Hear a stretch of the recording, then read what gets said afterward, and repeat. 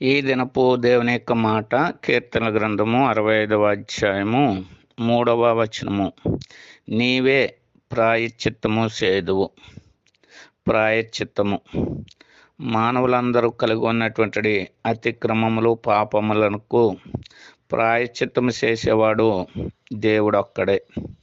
ఎందుకంటే లేఖనాలు తెలియజేస్తూనే మన అతిక్రమముల చేతను పాపముల చేతను మనము చచ్చిన వారమని వ్రాయబడి ఉంది. కాబట్టి వాటన్నిటికీ ప్రాయశ్చిత్తము దేవుడే చేసేవాడు ఉన్నాడు. అందుకనే తన కుమారుడైనటువంటి యేసుక్రీస్తుని లోకములోనికి పంపించినాడు.